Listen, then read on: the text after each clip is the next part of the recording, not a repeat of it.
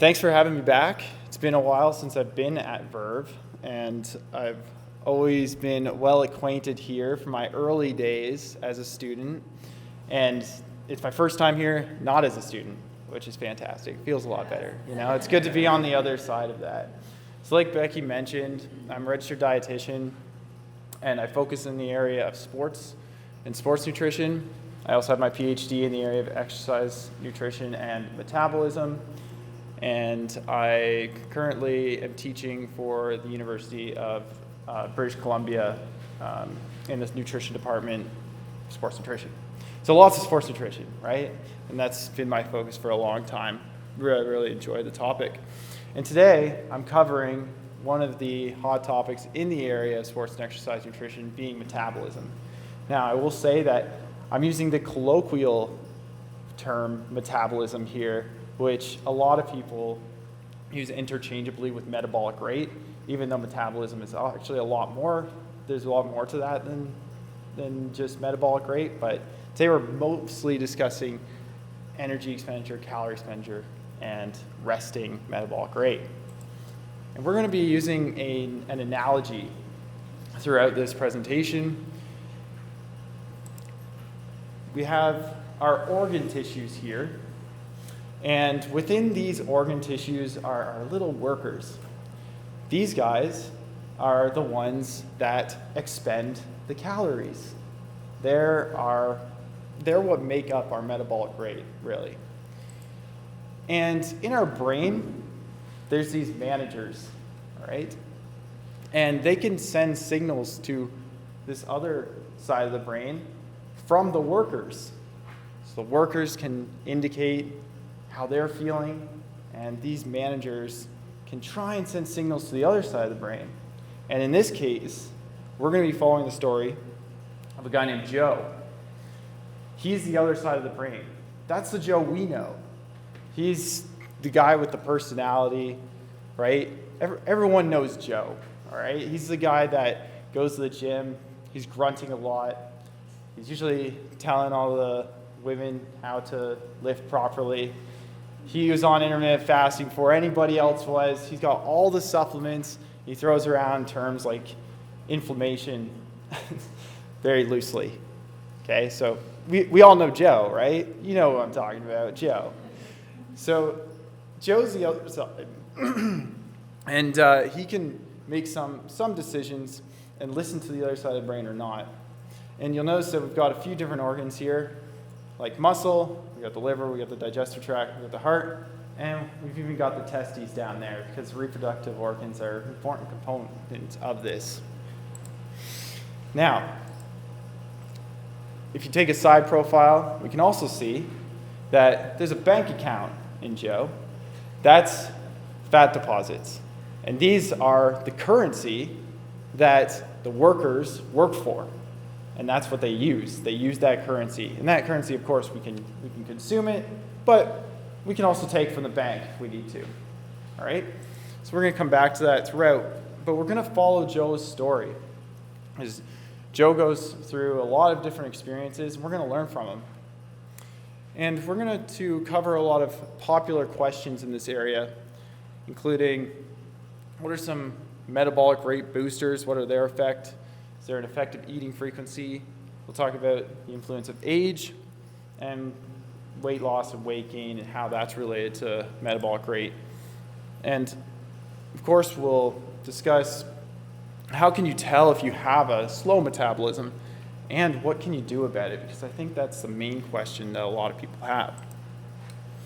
So the first thing that Joe does, of course, is looks into supplements. As most people do, when they're starting any endeavor in the area of fitness, they usually turn to, okay, what's the fastest way? Well, these supplements promise a lot of things. We've got thyroid drive here, stimulates the thyroid and intensifies the metabolism. We've got cayenne pepper that boosts metabolism. Immunoshred, metabolism support, and of course we've got caffeine, and that has metabolism, focus, strength, and weight loss. So he sees this and he goes, $40. Yeah, I can pay for that. That sounds easy. I just got to pop a pill every day. I boost my metabolism. It sounds fantastic. And he also looks online, of course, right? That's Joe. Joe's the guy. He's getting all his information online. And podcasts, right? Every time he tells you something, he's like, well, I heard it on a podcast, so it must be true. And he hears that high-intensity interval training has this afterburn effect. So he signs up for these boot camps, gives up, this running and cycling that he was doing, and he hears that, wow, you burn you burn more calories for 30 hours after that workout. It's like, geez, I'm doing the wrong workouts here. I got to get into this high-intensity interval training, do these boot camps. And he even looks up, he sees in the mail, or the newspaper, a Daily Mail, that you want to lose weight? Well, you just got to get in some cold water. Okay? So he even looks down, he sees, holy cow, the results show that men who swim in freezing water is up to the equivalent of 500 extra calories per 24 hours than the average person. And in fact, if you even go to the study that they cite, they even say, so even if Joe went deeper and actually did his research here, or but he did his due diligence of looking at the references in the news article, he'd see holy crap, even the authors say here, intriguingly, energy expenditure, synonymous with calorie expenditure, increases 500 to 1,000 calories per 24 hours. Jeez. So I wish he jumped on this sooner. So really what caloric expenditure is, and an increase in metabolic rate, is it's all these workers working harder, working faster. Right? So let's actually go through, though, and do the math and see how much more he actually expends. So with the supplements, there are a few that do increase metabolic rate, and those are the ones that you will most likely see in these metabolism boosting supplements. But the important part is that you look at how long that effect lasts. That's going to answer some important questions for us here. Because caffeine is actually very effective at enhancing metabolic rate. And it can do so by about 7% for 2 hours. And the half-life of caffeine is about 5 hours. So if you have 200 milligrams, after 10 hours, caffeine in your bloodstream is pretty low. That's on average. But over a 10-hour period, it ends up being an average about a 3% increase in metabolic rate. Even though you get that 7% at the beginning, not bad. But as it leaves the bloodstream, as you metabolize it, you get a reduction in that effect. But 3% over 10 hours gets them an extra 19 calories per day. Capsaicin, right? That's the cayenne pepper, the capsaicin. That's actually what the heat is in hot peppers, like habaneros, jalapenos. He gets a 20% increase. Pretty good, but that effect only lasts 30 minutes. So for Joe, it's another 6 calories per day. And then green tea extract, also is shown to enhance metabolic rate. And part of that is also caffeine in this, because there is caffeine in green tea extract. And that's a 2% increase over 24 hours that studies show. So, another 30 calories per day here. High intensity interval training, that afterburn effect, right? Well, that only lasts actually the majority of it is about 45 minutes. And then it comes back down. Now, you do get you have an increase in metabolic rate for recovery for 24 to maybe 48 hours, especially for people that are just starting to exercise. But Joe was already exercising before, so he already had that boost in metabolic rate for recovery before he even started high-intensity interval training. So the additional that he's getting here, as far as the extra 10% over 60 minutes, is about 6 calories per day, right? So the way that just so you understand what's going on here, the way you work that out is you take how much of an increase in metabolic rate do you get? Because it's usually per day that you have metabolic rate reported. That's the number of units. It's per day, like you saw in that cold plunging study. But then you got to look at, okay, but how long does that effect last? So you take somebody's metabolic rate, you multiply it basically by the fraction. So if it's an hour, you multiply it by, multiply that by 1 divided by 24, essentially, right? And then you figure out, how much more is that from his typical metabolic rate. For him, it's around 1,500, 1,600 calories. So that ends up being like 50 to 60 or so, 50 to 70 or so calories per hour. So, an extra 10% is 6 calories per that hour. Okay. So he's got the extra 6 calories from doing the high intensity interval training, and he's taking some cold showers these days, 10 minutes, and that's big. 47%, like that study showed, right? 500 to 1,000 calories, and it's the 1,000 calories is mainly people that are adapted to cold showers. So the more they do it, the more they get. But again, it's for the period that he's in the shower, right? Maybe a little bit afterwards. So that 10% or that 47% increase, massive, but it's 10 minutes. So it's 6 calories per day. Now, I don't want to like rag on cold showers or cold plunges. There are other benefits to it. I understand, people that have anxiolytic effects where they get reductions in anxiety. They can have like mental health benefits. It can help with people feeling, it can help with recovery in the sense of reducing muscle damage. It doesn't help with adaptation to exercise. You don't want to do it too often because it may interfere with your, endurance or strength gains over time because it can shut those down. But certainly athletes do it when they have, back-to-back games because it's going to reduce that muscle soreness, right? So there's that. Also, if anybody here has looked into cold showers and they're thinking, well, what about, I've heard that it does actually increase metabolic rate over the course of the day. If you become adapted to the cold, which happens as you expose yourself to it, then when you're out in the cold or you are cold, your body does actually increase thermogenesis a bit. It does have that effect. So you can get a little bit more, but just keep in mind that in those studies that show that, those people are usually, they're keeping their temperature on their skin about 16 to 18 degrees Celsius.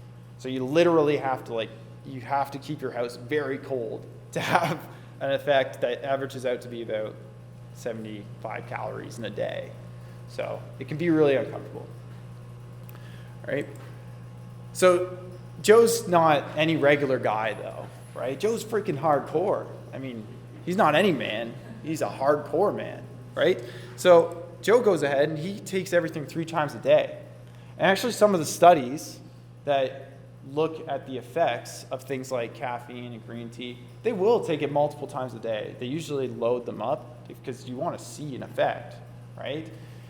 And sometimes in order to see it, you have to increase the frequency and the dose. And that's what he hears, so he wants to take things 3 times a day and maximize these benefits, get real hardcore. So that ends up being a total added metabolism boost of about 200 calories in a day, 67 times 3, right? Now, the thing is, Joe spent a lot of time on boosting metabolism, and that's what he was talking about, that's what he was looking for, but really secretly, deep down, the reason that he wanted to boost metabolism is because he wanted to lose weight, right? He wanted to lose some fat. So he figured, rather than just looking exactly how to lose fat, boost metabolism, that leads to fat loss. But that's not actually the way that it works. So Joe thought he would lose weight, but he didn't. And the reason for that is very similar for the reason that people do not lose weight or much weight with doing a lot of different strategies. When people start exercising, they may lose a little bit, they may not lose any. But you're increasing calorie expenditure. What's going on here? Other types of diets and things like that too. right? Like intermittent fasting, keto, all of these things that are the quick tricks and stuff may lead to 5%. In most cases, that would be the average, somewhere between 0 and 5%. But they don't seem to go beyond that. And in fact, even if you peed out calories, you wouldn't necessarily lose much weight. Because you can take a drug that does actually result in you urinating out calories. You will urinate out blood glucose. They're called SGLT2 inhibitors, and it's a drug for diabetics to help keep their blood sugars in check. And this study gave them to people, and they would urinate out 300 extra calories in a day. And you can see their body weight does actually go down a little bit. 3 kilograms, not bad. These were fairly large individuals, so it did end up being around 4 to 5% of their body weight. Not bad. That's more than what you're going to get for a lot of metabolism boosters.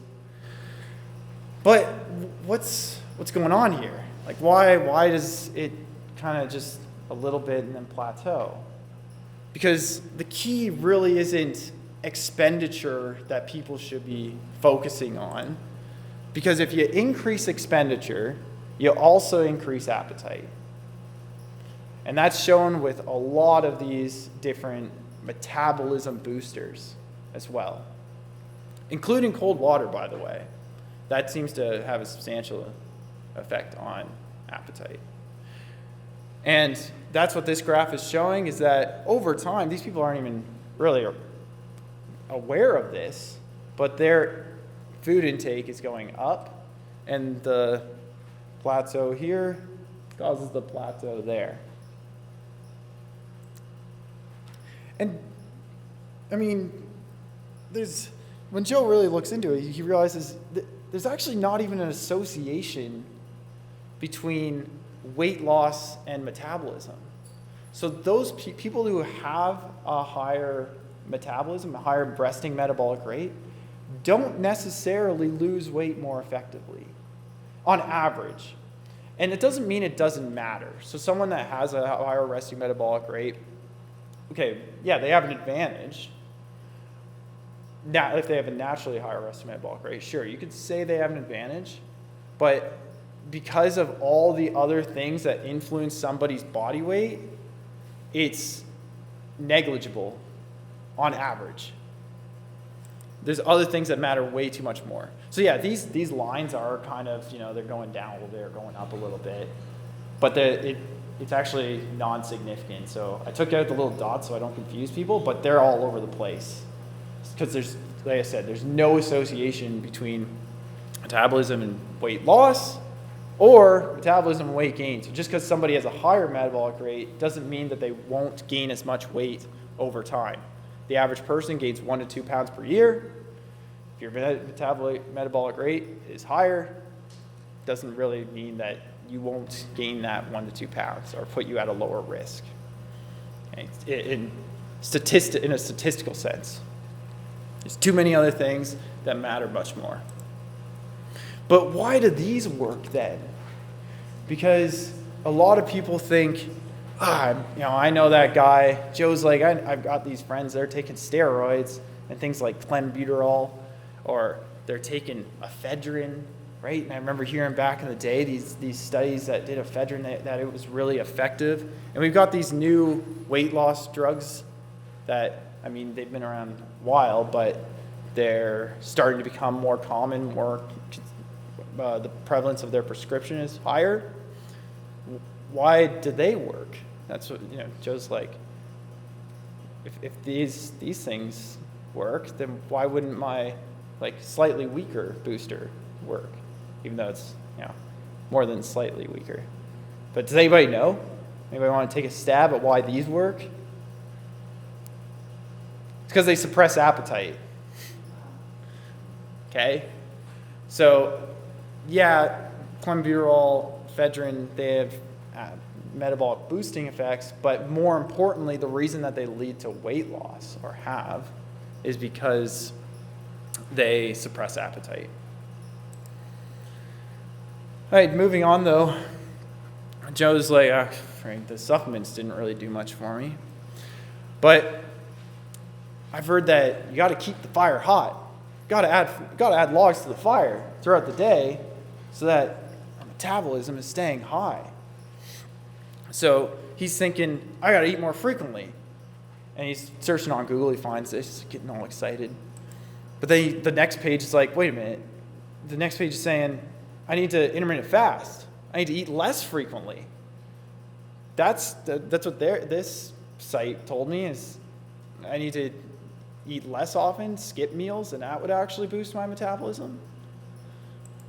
Well, actually there is no influence. It ends up being the same across the day. Whether you have 2 meals in this case within a 6-hour window or 7 meals across a 12-hour window, your metabolic rate, your resting metabolism, stays the same. And I underline 24-hour resting metabolic rate for a reason. It's because, sure, if you have smaller meals, the small meal will not cause an increase in metabolism as much, because we do actually need calories. We expend calories to digest, absorb, and use the food that we just consumed. We're moving it through the digestive tract, transporting it to the different tissues in the body. Even the tissues using it, like protein, costs a lot of energy. So if you have a smaller meal, you get this little bump. But if you have a larger meal, you get a larger bump. So sure, if you have the 2 meals, yeah, you're going to have 2 large bumps. But the 7 meals, the 7 smaller bumps, they end up being about the same as far as how much of an increase in metabolism you get between the 2. So Joe gives up the fads. He's done with it. It's like, man, these didn't work. I told everybody else to do them. I'm not going to admit that they didn't work for me. But I gotta figure this out. I'm not going to waste my money on these supplements anymore, or search Google, or I'm not going to listen to these guys on the podcast too much anymore. So Joe gives up the fads. But now he's thinking, he's like, man, I'm really worried about aging and my metabolism getting slower, because that's what I hear. I hear that metabolism gets slower as you age. I don't want that to happen. Well, there's a huge study that's been done very recently, really well done study, lots of data. And they looked at metabolic rate across the lifespan. And in younger ages, so below the age of 20, when people are growing, their metabolic rate relative to their size is very high because you're growing. But from the age of 20 to about 65, it's consistent. But there's a qualifying factor to that. It's only consistent based on the number one predictor of someone's resting metabolic rate, which is fat-free mass. All right? So fat-free mass is literally everything except fat that you have in your body, like organ tissue, muscle tissue, and even water and that kind of stuff. So that is a primary predictor of someone's resting metabolic rate. So if somebody at the age of 20 has the same amount of fat-free mass, primarily muscle mass, because that's the type of organ that changes across the lifespan the most, if the other ones change at all, because most people will start to lose fat-free mass. I mean, depends on how inactive you are. It could be as early as 23, they've seen, where if you're not active and you don't exercise, at the age of 23, you'll start losing your muscle mass. But even as you get older, if you're active, you can start losing muscle mass, and the older you are, the more rapidly you will lose it. If you don't exercise, and that's part of the reason why exercise is so important. But if somebody has the same muscle mass at 20 as they do at 60, they will have the same resting metabolic rate on average. Now, one thing I'll point out here, though, is there's a lot of variability here. And that's why I kept these points in this graph. You'll see that these two people here are between the ages of 35 and 40. They have about the same fat-free mass. Yet this person has 75% of what an average is. and this person has 125% of what average is. So there are differences. Some people do certainly have a higher resting metabolic rate than others do. And this person is probably the person that's going to be more likely to end up contacting someone like myself, having trouble losing weight, at least to a small degree. Like, again, remember, on average, it doesn't really matter, but for some of these individuals, it probably does. And this person up here, they're probably the ones that would end up talking to someone like me because they're having trouble putting on weight or meeting their energy needs for exercise and that kind of thing. So there is variability between people. I'm not going to say that there's not, but again, on average, it's pretty consistent, and the primary predictor is going to be fat-free mass. And that's exactly what this is showing here. The more fat-free mass somebody has, the higher the resting metabolic rate is. So Joe gets jacked. He's like, I found out that muscle mass increases metabolism, and this is legit, like this is based on science. I'm going to go get jacked. Starts hanging out with the gym bros, so he starts calling it yacked. It's like, I'm going to get yacked, get yucky. That's what they say, right? So he's back in the gym, grunting away, and he was always really more so into endurance training stuff, so he's pretty new to resistance training, and he can put on quite a bit of muscle in the first year, like a lot of newbies can. But the question is, how much does metabolic rate increase per pound of muscle? Well, the thing with fat-free mass is, like I said, it's not just muscle mass. Yes, muscle mass is a large component because we have a lot of muscle mass on us. But as far as the activity of these other workers in those other organs, they work a lot harder, and there's a lot more of those workers per area.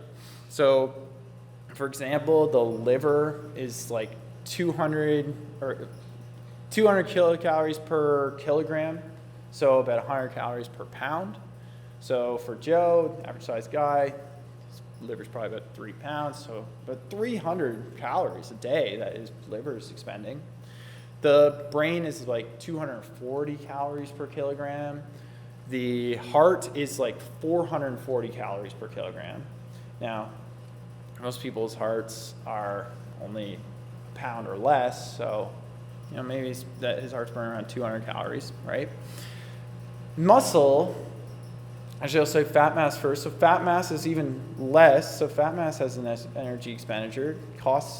It costs calories to keep it around. It's about 4.5 calories per kilogram, right? So quite a bit smaller than those other organs that I'm talking about, like 200, 400, right? Muscle mass, about 13 per kilogram. All right, so not nearly as much relative to those other organs. But if Joe adds 15 pounds, then that is 90 calories per day. It is significant. That's his resting metabolism. But I see this online all the time. I see like Instagram posts and stuff, and people say like, wow, if you add a pound of muscle, you only get about 6 calories for that per day. I don't think they give muscle mass enough credit, because you got to remember, every movement you make with a larger body and with muscle is more expensive when your muscles are larger. So across the day, he is actually increasing his total daily energy expenditure about 165 to 225 calories per day. So I don't want you to get caught up in the numbers here. They're all just supposed to be relative, so you kind of get a sense. But I do like to remind people that because it's expensive to move around a big body and it's expensive to move muscles, then when you add muscle, the more active you are, the more expensive it'll be. Make sense? Right. So he does actually have an increase in calorie expenditure here. Now Joe's like, oh man, his muscles are looking pretty good. But I want to take things seriously, and I'm going to uncover these, because maybe I want to do a physique show one day or something. So Joe decides to lose a lot of weight, right? Continue getting jacked. When Joe goes to lose weight, he's got to dig into the bank account and the currency in there, the calories, right? So when he loses those calories, he loses about 20% of his body weight. It's a lot. He's working out 1 to 2 hours per day, and he's got a really strict diet. And Joe's brain, the managers in his brain are like, whoa, hold on, Joe. The bank account is getting really low. That you're driving it into the ground. The workers are telling us that, hey, we're working way too hard for how much we're being paid here. And his brain's like, come on, hold up. So they start signaling to Joe, we're tired. They make him have trouble sleeping. It cause him to just want to sit on the couch for the rest of the day. But he can still push in his workouts because Joe's hardcore, right? So his brain is like, come on, hold on. Like, we're not going to allow you to focus very well. We're not going to allow you to sleep very well. And we're going to make you really lethargic throughout the day. Joe doesn't really listen to his brain, though. He just keeps going. And he's working out hard. It's like, no, I mean, you just got to push through like a real man, right? So Joe, his metabolic rate is now actually suppressed. And that's an issue. Because like I said before, your metabolic rate serves a purpose. It's those workers in your organs. So if you have a reduced metabolic rate, you better ask why, because we're not burning calories for nothing, right? It's serving a purpose. So Joe's metabolic rate is now down here. He's 75 kilograms. He's lost weight, and he has a really high exercise energy expenditure, or calorie expenditure. And here's Joe's friend. Joe's friend looks just very similar to Joe. He's 75 kilograms, and he's never lost weight, and he doesn't have a really high exercise calorie expenditure, and his metabolic rate is a lot higher. And Joe's like, well, that's unfair. Like, what's going on here? What's making up the difference between these two people? What's causing Joe to have a suppressed resting metabolic rate? Well, it's because the boss had to step in. So I talked about the managers, but really at the end of the day, the boss, who doesn't really care too much about what the managers say or Joe says, is the thyroid gland. All right? And when the boss steps in, he can start firing people. So the boss goes, well, muscle, whatever, we can do without it. Kick some of them out. We don't want to worry about recovery of muscle anymore. Don't try to grow any of that tissue. That's expensive. Bank account's low. Get rid of those guys. Digestive tract, he's not even using it that much anymore. We're not getting fed very much. Fire those guys too. And the testes, well, we're not going to be having any babies anytime soon. That's a terrible idea. We don't need to worry about that. We need to find calories, refill that bank account. Kick out the guys in the nuts. Right? So the thyroid gland has now fired all these workers. And that's what's causing the reduced metabolic rate. It's because these guys don't have to work anymore. There's not these workers going anymore. But that's a problem because you get all of these issues. Now you have this reduced bone turnover. So what that means is that there's less bone, there's less minerals and protein going into bone, and could be more coming out. So people get a lot, so their bones mineral density goes down and they get injured more often. You get less muscle turnover. So now, even though he's pushing himself in the gym, he's not going anywhere. His performance ain't getting better. That's for sure. Because, don't need to put any more protein in the muscle. That's too expensive. And we're low on funds. Reproductive function, gone. Testosterone in the pits. Females, periods gone. And no fertility. Estrogen, progesterone in the pits. Because, again, don't need to worry about having a baby right now. We got other concerns as far as the body's concerned. Digestive function starts having GI problems. a lot of constipation, bloating, things aren't going through very well. So Joe figures this out and he goes, man, is my metabolism damaged? I've heard about metabolic damage. And I've seen these things online that say, you got to reverse diet then. If your metabolism is damaged, then you reverse diet and you can keep your weight low, but you increase calories slowly and your metabolic rate will come back. Now, I don't know who this person is, where I got this from. And it's not that bad because it does show the weight coming up a little bit, but there's really the suggestion out there that you can slowly increase your calories, your metabolic rate will come back, but you won't gain any weight. And that's not true, right? Because really, metabolic suppression, it's a very natural adaptation to food scarcity. Evolutionarily, if our body is receiving the signals that there's not much calories in our environment and we're getting low on stores, then you reduce the amount that you expend. It makes sense. It gets you through a famine. It keeps you alive. Because like I showed before too, we didn't fire the brain.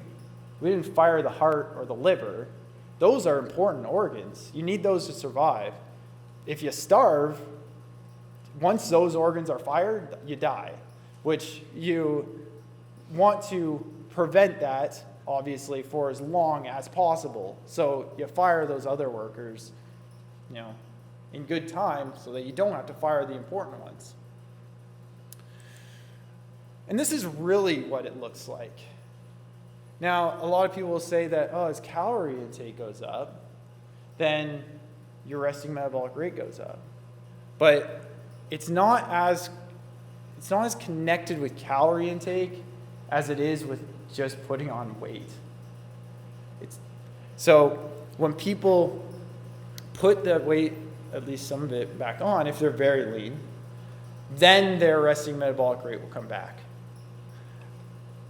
Also, if they have really high energy expenditures, then in a lot of cases they need to reduce their energy expenditure as well and make sure they're feeding themselves appropriately, because you need to signal to the body that there is adequate calories available, there's enough in stores, and there's enough coming in to cover resting metabolism as well as energy expenditure. Okay? So really, reverse dieting, I don't have anything really against it. I think that maybe if it's done appropriately, I think you just need to make sure you're making the proper jumps, that it's not like really slow. I think that can be an issue. There can be like a psychological aspect of it where if people do this reverse dieting, then they may be they'll be less likely to have the mentality of, whoa, off the diet, back to what I was doing before, eat whatever I want all the time, and I've been depriving myself so long that waiting for this day where I can just go out and have bananas all the time. Sure, it may help prevent that and may help people have some more control into transitioning to weight maintenance, but I don't like to hear that it's going to prevent someone from gaining weight while increasing their resting metabolism. So what have we learned from Joe all through this process? Well, the amount that you can boost your metabolism is negligible. Metabolism boosting does not mean weight loss. Metabolism is primarily determined by fat-free mass across age. That's the number one predictor. Adding 1 pound of muscle can increase metabolism by about 6 calories per day. But remember, overall total calorie expenditure can be as much as 11 to 15 calories per day, depending on how active someone is. High activity levels and caloric restriction can slow metabolism. Losing a lot of body fat or having a very low body fat percentage can also slow metabolism. And reverse dieting does not preserve metabolism. Here are some signs and symptoms of having a slow metabolism. And this is becoming very prevalent in the athletic community. because of things like thin idealism and people realizing that they have higher performance when they're a lower body weight. So they're trying to maintain these really low body weights all the time. They have these really high energy expenditures and they're restricting themselves. They can end up with all these different kinds of signs and symptoms, like low energy levels and being lethargic away from workouts, digestive issues, poor sex drive, frequent injuries, lack of morning erections for males can actually be a sign of having this metabolic suppression, lack of or irregular periods, if not on birth control for females, and lack of ovulation for females for those that, particularly those that are not on contraceptives. Certain blood biomarkers can also be an indication of suppressed metabolic rate, so elevated triglycerides, low T3 thyroid hormone. Most family doctors will only test for TSH, and that's because that'll be an indication of if somebody has hypothyroidism. But this is different from hypothyroidism. It's a type, but it's not that doesn't meet the definition of classic hypothyroidism. So TSH is a good indicator of that, but TSH is not a great indicator of this reduced metabolic rate for the reasons I discussed today, but T3 is, and a lot of sports docs will take T3. Low testosterone in males and low estrogen in females. So what's the risk level of having this suppressed metabolism, right? From where they're average or where they should be, that's causing the reduction in these, or the reduction in activity of these workers. Well, if somebody has accidentally like low calories with high activity levels and they have a high level of exercise, and that's only for days to weeks that they experience this, it's really little to no risk.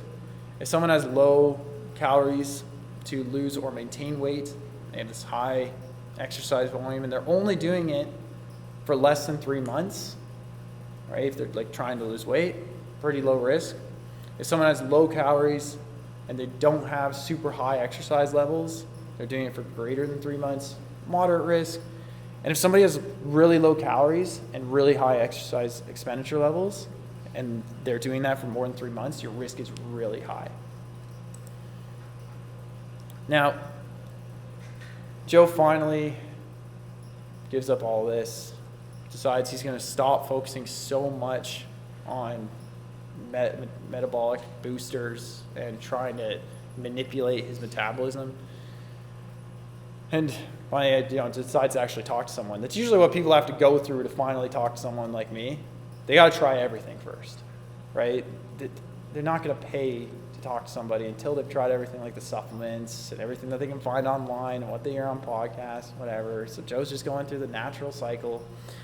But what he finally learns is what actually increases your total, your calorie expenditure, things like exercise, physical activity levels away from the gym.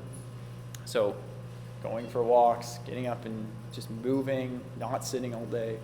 Muscle mass can have an influence on it. Even adequate protein intake is an important component because it will help with the muscle recovery process, and that costs calories. What actually matters for influencing weight?